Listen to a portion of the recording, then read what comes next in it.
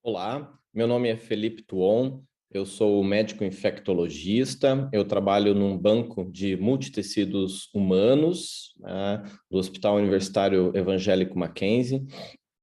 Sou professor e pesquisador do Programa de Pós-Graduação em Ciências da Saúde, da Pontifícia Universidade Católica do Paraná, e também trabalho com o desenvolvimento e investigação de resistência antimicrobiana. E hoje eu vou falar para vocês sobre a utilização de scaffolds descelularizados para a bioengenharia. Esses aqui são os meus conflitos de interesse, conforme a normativa, né, da Anvisa, que sempre pede para a gente fazer essas sugestões.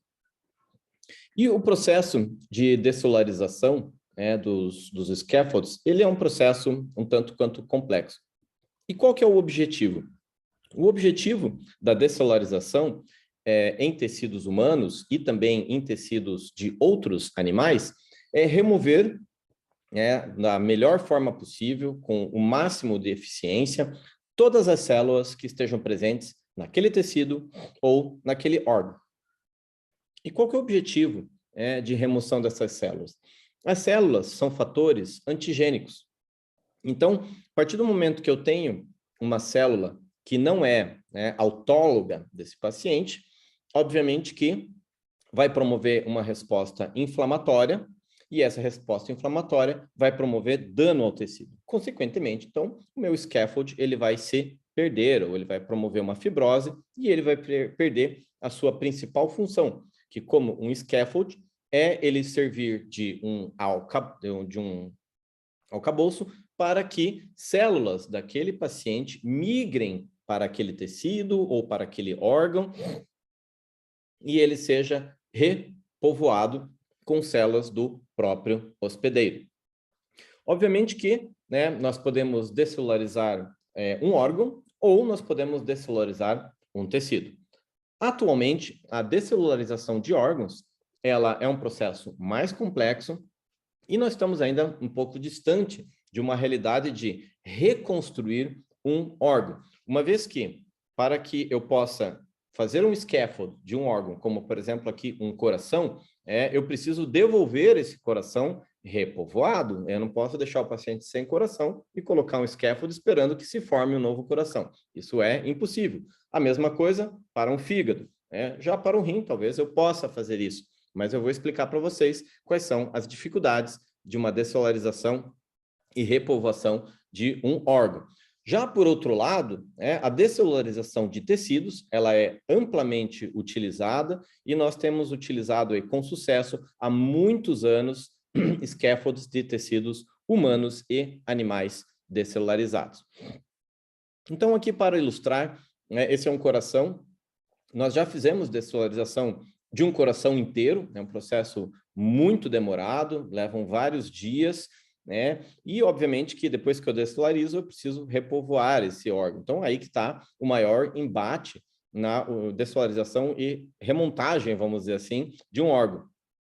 Mas vejam que interessante, Então aqui nós temos um coração normal, então vocês vejam que aqui apresentam-se várias células musculares, os miócitos do coração, e a partir do momento que você vai fazendo o processo de descelularização, você vai reduzindo a carga celular, até que no final você tenha todo o arcabouço, que é constituído principalmente por uma matriz extracelular junto com fibras de colágeno, e isso vai permitir um espaço para que células migrem ali e refaçam a função desse tecido. O processo de descelularização, ele envolve várias etapas que levam à lise das células e, ao mesmo tempo, a sua completa remoção, porque não adianta eu matar a célula e manter ali qualquer tipo de debris. Eu tenho que garantir que, ao final da minha descelularização, eu tenha um órgão com uma quase que ausência de células e resíduos celulares, porque qualquer resíduo celular vai promover um processo inflamatório e, consequentemente, dano e perda da função do meu scaffold.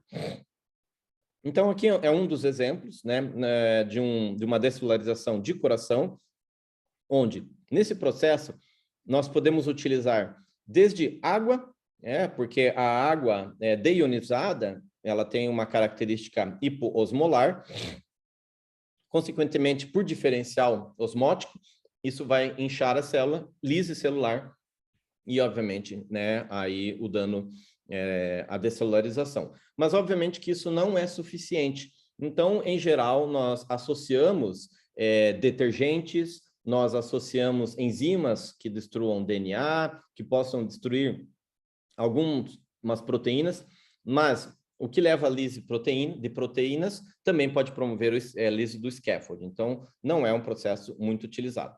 E essas etapas, elas são consecutivas, seguidas por várias lavagens, e lá no final, eu tenho que, ao ter o meu scaffold, não só livre das células, mas também livre de todos esses componentes enzimáticos que foram utilizados, esses componentes detergentes, porque qualquer resíduo dele também pode promover dano das células que vão migrar para aquela área. Sem falar na questão de citotoxicidade. Então, onde for implantado esse tecido, se eu ainda tiver resíduos dessas substâncias, isso pode promover um dano peritecidual, resposta inflamatória e perda do meu scaffold. Então, esses são etapas muito importantes e elas podem levar ali dias, semanas até, para que eu consiga fazer uma descelularização e eliminação dos resíduos celulares e dos detergentes da forma mais efetiva possível. Um rim, ele também pode ser descelularizado. Então, aqui vocês estão vendo um rim de camundongo submetido a um processo de descelularização e lá no final eu tenho praticamente só o arcabouço. O fato é que eu regenerar esse rim é um processo muito complexo, porque eu preciso fazer uma estrutura que é o glomérulo, esse glomérulo ele precisa depois fazer os túbulos renais precisam se conectar uns aos outros para formar a pelve, posteriormente o uréter. Então, é algo muito complexo. Por isso que eu falo que nós estamos ainda um pouco distantes dessa reconstrução de órgão para, na sequência, o implante. Mas isso não é impossível.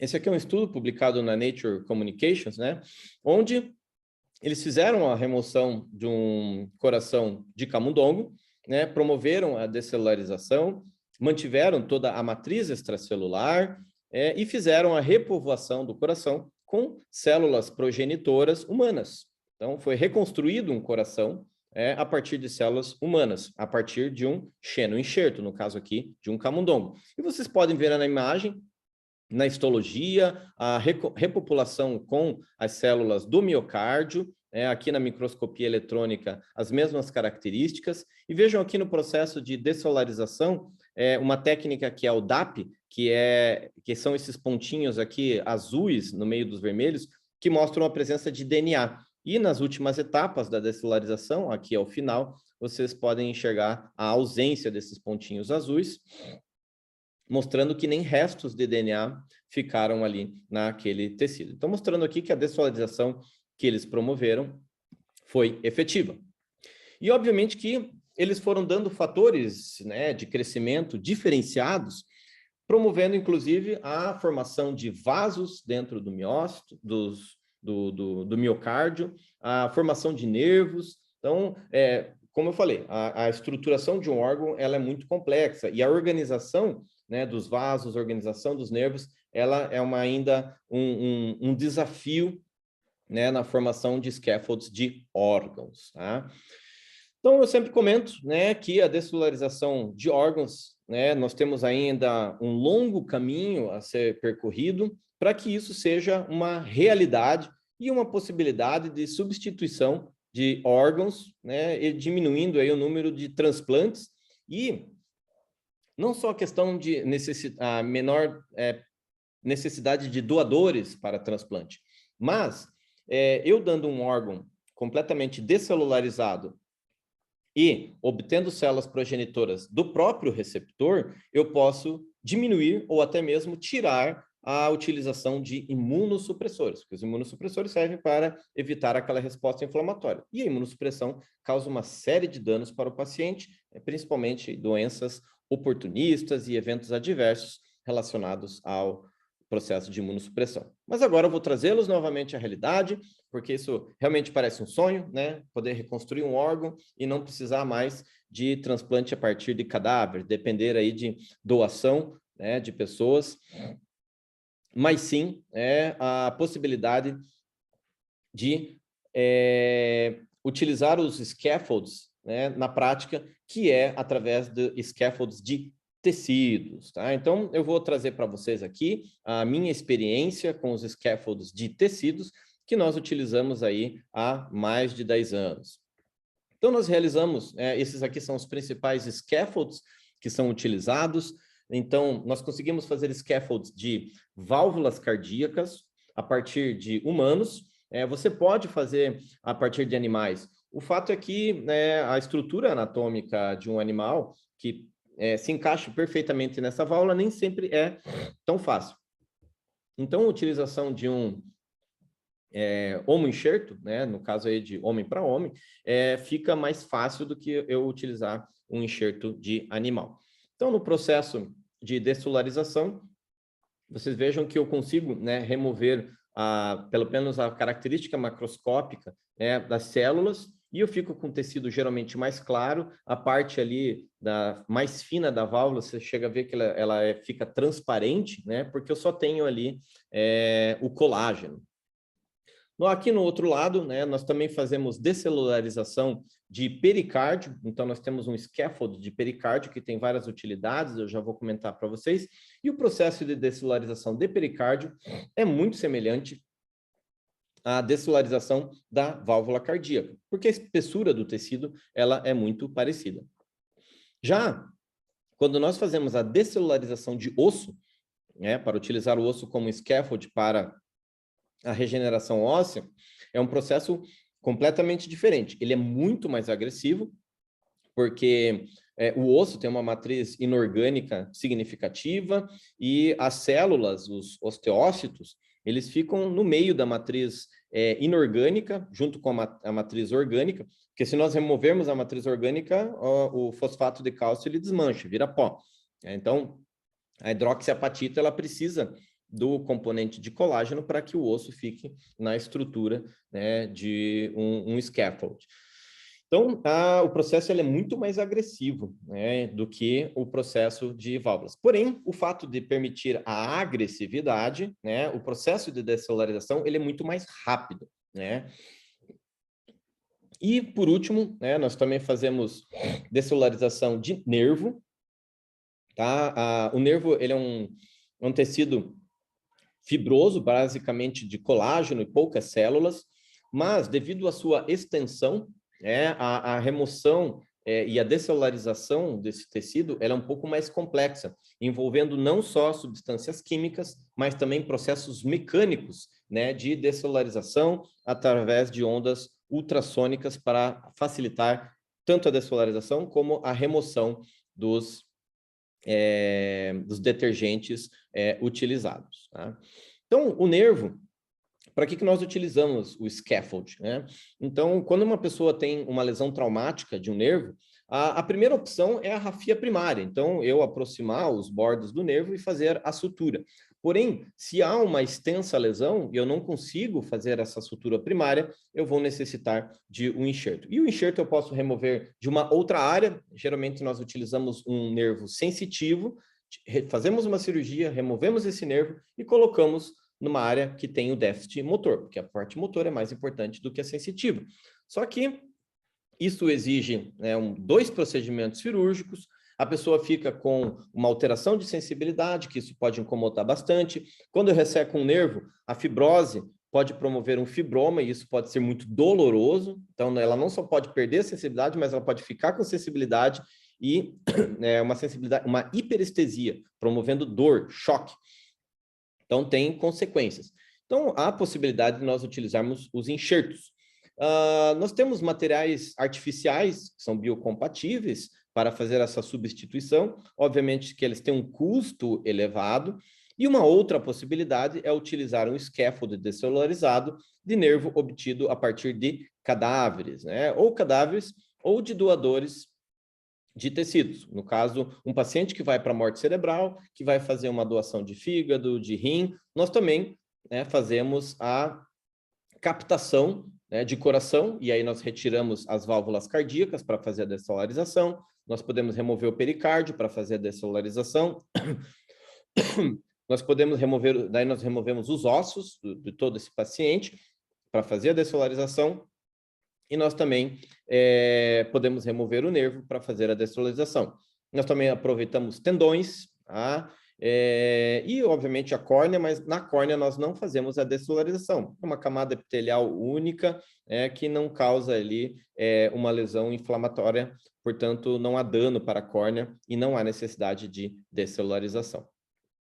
Então, só para vocês terem uma ideia, né, das etapas que são realizadas para a descelularização de nervo. Sem falar que aqui no meio existem vários processos mecânicos, né, que já foi patenteado pelo nosso serviço, né? Então, é um processo bastante complexo, para vocês terem uma ideia. E leva aí em torno de 2 semanas para nós termos a completa descelularização e remoção dos agentes químicos. Nós utilizamos o SDS, que é um detergente, o Triton, que também é um detergente, nós usamos ácido peracético, nós utilizamos outras moléculas também, que são utilizadas como o EDTA, que também tem uma ação, né, antienzimática, e isso faz com que a gente consiga remover as células, remover os debris e tornar esse tecido o menos antigênico possível no momento que você vai fazer o enxerto. Então, só para vocês terem uma ideia, aqui uma microscopia eletrônica que eu realizei de um nervo captado, né, sem a descelularização.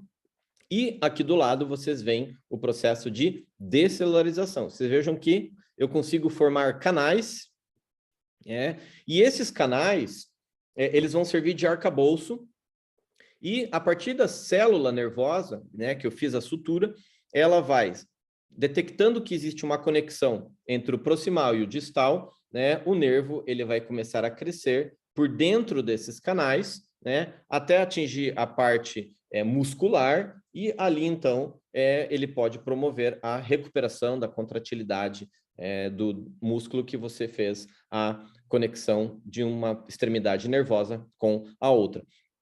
Então, vocês vejam que eu tenho aqui praticamente a estrutura, né, da matriz extracelular, composta principalmente por colágeno e outras moléculas, tá? E a presença dessas moléculas aqui, elas são importantes porque são elas que vão promover a atração de células, a atração da reconstrução nervosa, então elas são importantes. Por esse motivo que a minha descelularização não pode ser muito agressiva, né, ao ponto de destruir essas estruturas moleculares, e, por outro lado, né, não um pouco agressiva, mantendo restos celulares e culminando aí com uma resposta inflamatória e perda do meu enxerto. Então, eu preciso demonstrar que eu não tenho células. Então, uma das formas, né, através da coloração de DAP, onde eu detecto o DNA, então vocês vejam aqui na figura B e C, né, e o A é o controle, o meu enxerto nervoso aqui com bastante resíduos de DNA, B e C praticamente nada. Eu posso também comprovar por técnica de PCR, né, fazer uma PCR inespecífica de segmentos de DNA para demonstrar que naquele tecido mastigado, macerado, triturado, eu não tenho restos celulares, né? E, obviamente, que a histologia também faz parte desse processo, onde eu não enxergo aqui estruturas celulares, né, dentro do meu scaffold. Então, esse é um processo aí que nós realizamos durante as padronizações e validações do processo de descelularização, para ter certeza que o nosso produto ele está adequado. E aí, depois de descelarizado, ele fica armazenado, então nós fazemos validações de shelf life, né, a validade, quanto tempo que eu posso armazenar esse tecido no meu banco, e depois ele pode ser utilizado, então, como enxerto, como vocês estão vendo aqui, né, uma rafia da extremidade proximal, né, seguida ali pela posterior rafia na proximidade, na porção distal, né, promovendo aí, no futuro, uma recuperação da contratilidade muscular.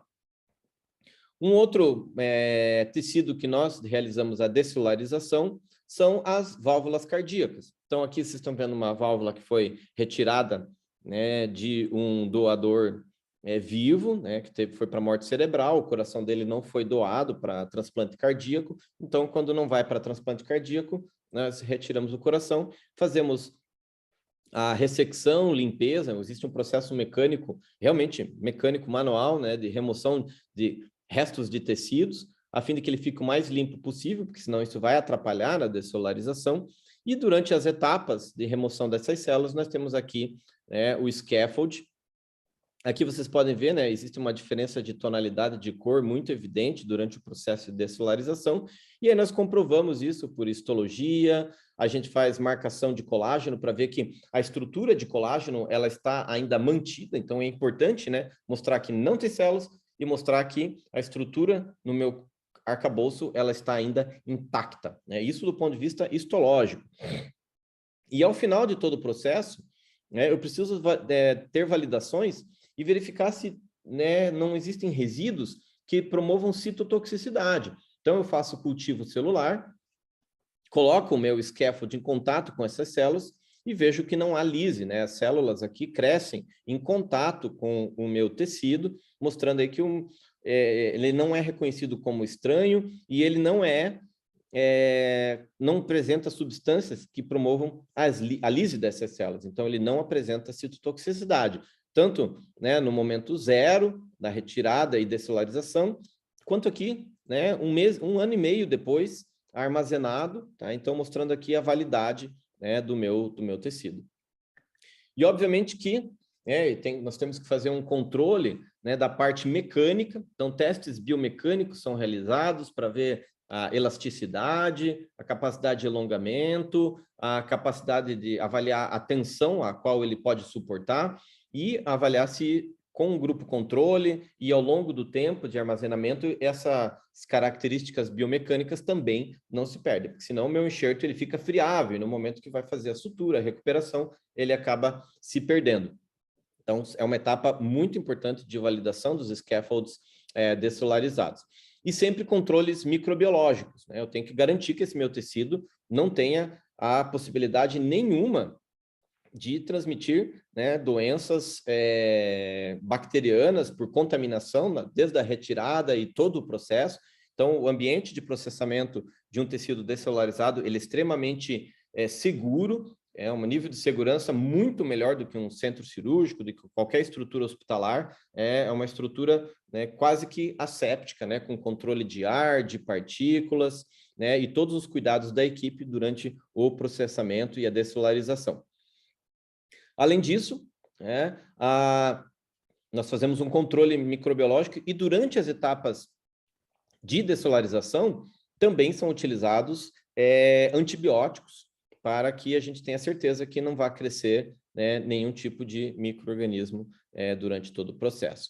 E é interessante que, né, quando nós utilizamos aqui no caso das válvulas, no momento que você faz o implante, as células totipotentes, elas têm, né, estão circulando na corrente sanguínea e elas identificam ali a estrutura de colágeno, né, as GAGs, e, consequentemente, há uma diferenciação dessas células e formação de um novo endotélio sobre a válvula. E se você remove essa válvula, você vai ver que ela tem uma característica muito semelhante à de uma válvula nativa. E isso eu posso dizer para vocês com garantia, uma vez que aí nós temos pacientes que estão há mais de 20 anos que receberam esses enxertos do nosso banco e mantém aí uma boa qualidade de vida, né, como se fosse qualquer outro enxerto artificial, uma válvula metálica, então mostrando aí os benefícios, tá, do enxerto descelularizado. Um outro tecido que nós promovemos a descelularização é o pericárdio. Nós podemos fazer tanto com pericárdio humano quanto bovino. A vantagem do bovino é que a gente pode comercializá-lo, né? Já o humano só pode ser utilizado dentro do banco de tecidos, a gente não pode comercializar para outros fins, né? Tem que ser através de um banco de tecidos humanos.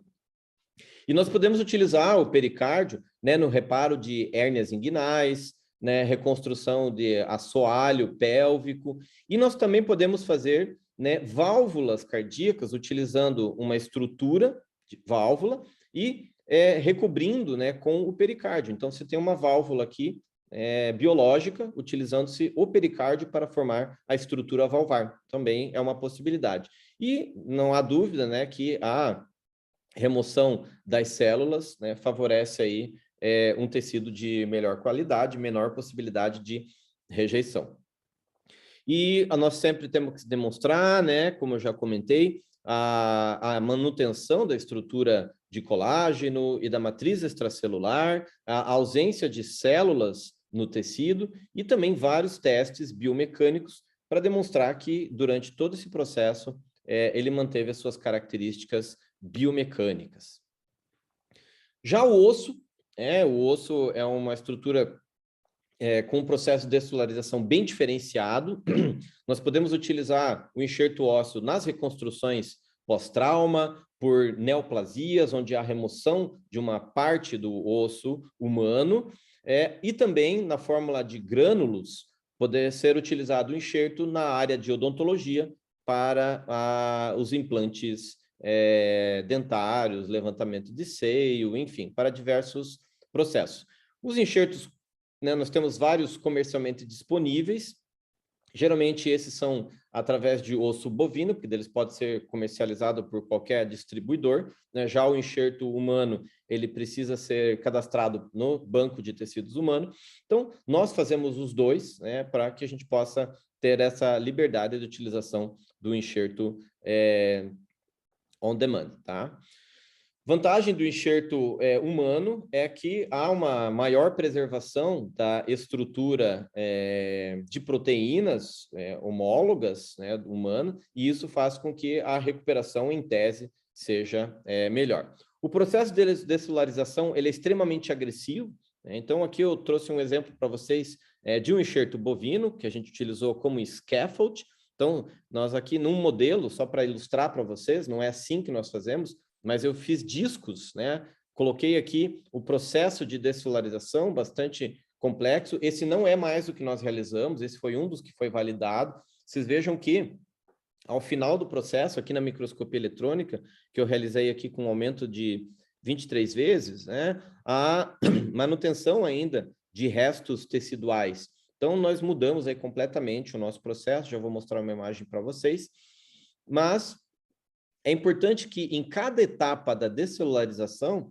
eu vá avaliando a quantidade de proteínas, os restos celulares, né, a contaminação, tá? Para que eu tenha certeza que esse meu tecido esteja, durante as etapas, realmente sendo descelularizado.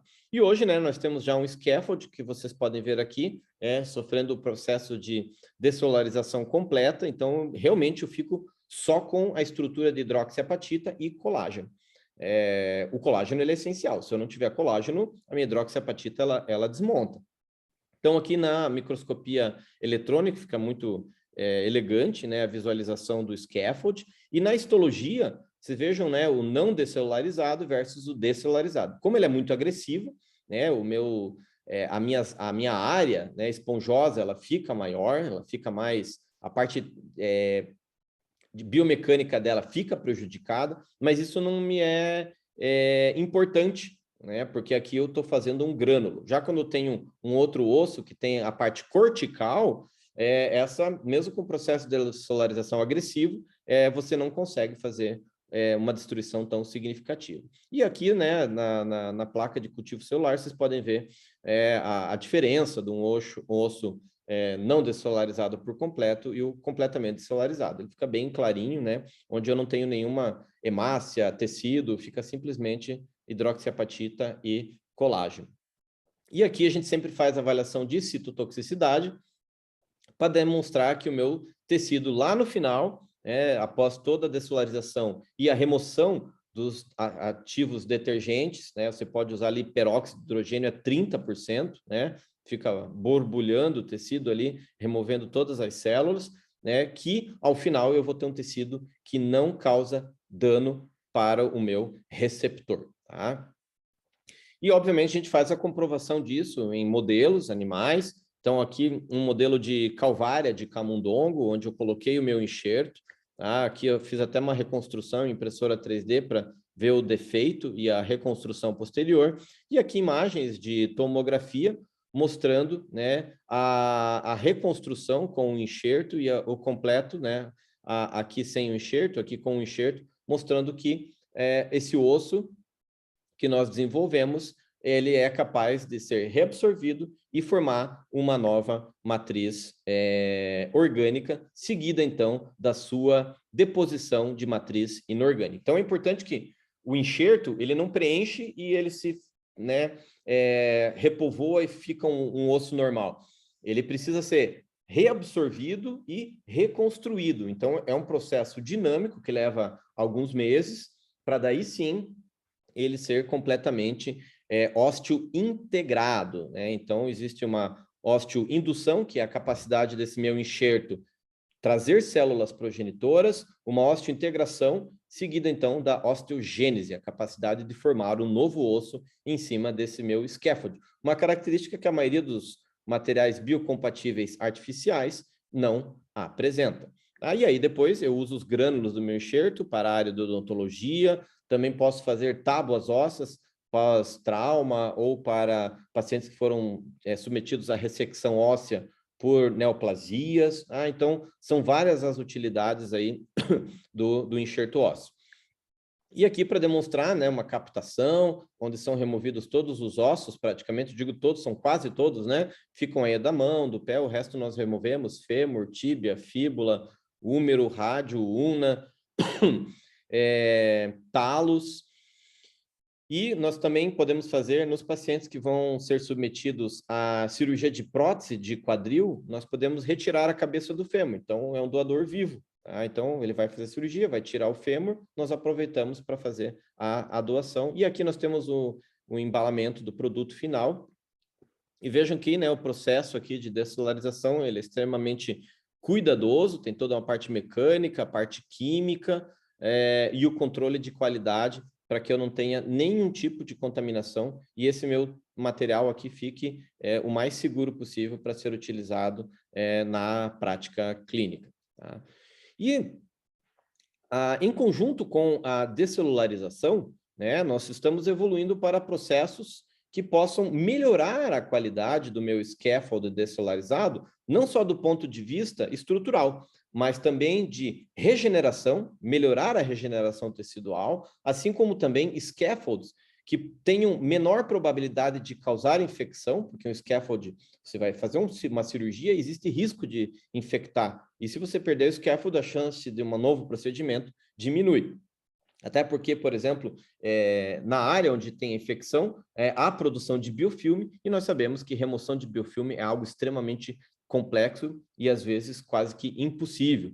E é dentro desse contexto que nós estamos implementando, né, as técnicas de nanotecnologia para a impregnação de nanopartículas, tanto para aumentar a gênese de células no meu scaffold, assim como também promover uma proteção contra infecção. Então, né, no nosso modelo, por exemplo, de scaffold de osso, nós conseguimos fazer a impregnação com nanopartículas de prata, e a prata, ela tem uma característica não só de ter a atividade antimicrobiana, mas ela tem a capacidade de induzir a osteogênese, então, tendo aí um duplo efeito, né, facilitando a osteointegração e, ao mesmo tempo, evitando infecção, principalmente em enxertos dentários, que é uma área que é de risco de contaminação muito grande. E aqui vocês podem ver na microscopia eletrônica e aqui na ultra microscopia eletrônica, mostrando a presença, né, das nanopartículas de prata na superfície do osso por adsorção. Aqui uma espectroscopia de raio-x, um EDS, né, mostrando a presença, né, de prata, o Ag aqui, né, no tecido, e aqui uma placa com Staphylococcus aureus, mostrando o nosso enxerto impregnado com nanopartícula e o enxerto não impregnado. Vocês vejam que há um halo de inibição ao redor do enxerto que não deixa a bactéria chegar próxima dele. Então, mostrando aí a atividade antimicrobiana da nanopartícula de prata, né? Atualmente, nós já desenvolvemos o estudo animal e a próxima etapa desse enxerto com nanotecnologia é a utilização em humanos, tá? Já está indo para projeto em comitê de ética humano. Então, aqui, só para vocês terem uma visualização melhor, né?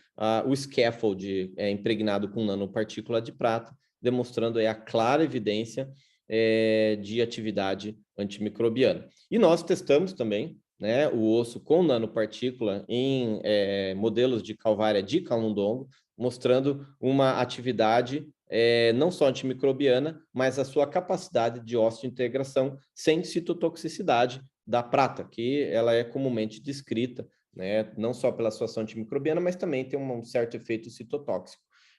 Mostrando aqui que, então, a ausência de toxicidade e a completa integração, né, desse enxerto na calvária.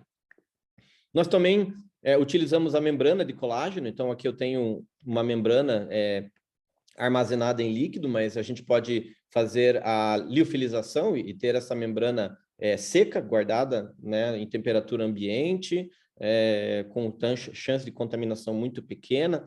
A gente pode, inclusive, esterilizar depois, seja por irradiação ou até mesmo óxido de etileno, desde que eu garanta a remoção completa da água.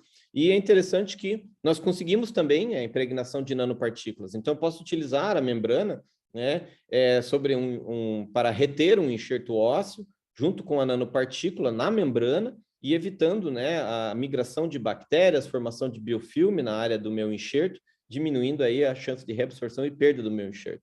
Então, é uma possibilidade muito interessante. E aqui, né, eu fiz a microscopia eletrônica, mostrando a presença das fibras de colágeno intactas quando comparado ao controle, mostrando que o processo de descelularização e de incorporação das nanopartículas não promove dano tecidual.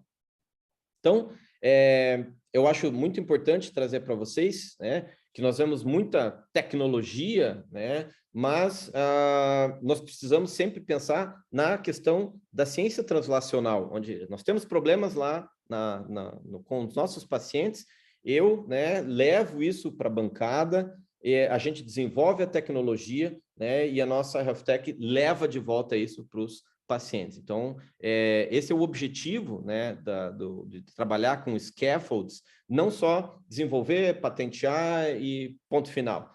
O nosso objetivo, né, é trazer para a bancada, devolver isso, né, e tentando incorporar isso dentro do sistema de saúde público, né, com baixo custo, assim como também para o sistema complementar de saúde, que também precisa desse tipo de material de baixo custo, para que possa ser utilizado e que isso seja viável para as pessoas, né? Porque esses materiais importados, biocompatíveis, muitas vezes não dessolarizados, mas artificiais, eles apresentam um custo muito elevado, não só pelo custo da produção, mas aí a importação, distribuição e, enfim, tem toda essa cadeia de custo do que quando a gente consegue produzir dentro das nossas próprias universidades. Então, gostaria de agradecer, né, a todos que assistiram essa apresentação. Deixo aqui o meu contato, tem o meu e-mail, tem o meu Instagram, porque as pessoas às vezes preferem se comunicar diretamente com a gente do que muitas vezes mandando um e-mail, tá? E gosto sempre de agradecer, né, a minha instituição por oferecer um espaço, uma área de trabalho para o desenvolvimento, né, de engenharia tecidual com a dessolarização e a nanotecnologia, junto com o nosso laboratório de doenças infecciosas emergentes, que produz essa nanotecnologia com atividade antimicrobiana, a nossa Health Tech, né, que patenteia esses processos com o objetivo de comercialização e implantação disso na prática clínica, né, o Hospital Escola, né, onde a gente desenvolve as pesquisas com esses produtos, e muito obrigado.